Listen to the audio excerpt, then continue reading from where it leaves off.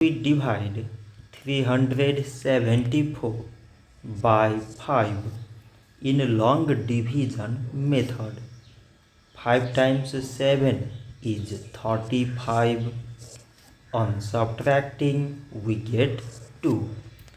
So now we put down this 4 and it is 24. 5 times 4 is 20. On subtracting we get 4. So now we have no any other number to put it down. So we take here decimal, so that we put 0. So it is 40 and 5 times 8 is 40. On subtracting we get 0. So 374 divided by 5 is 74.8.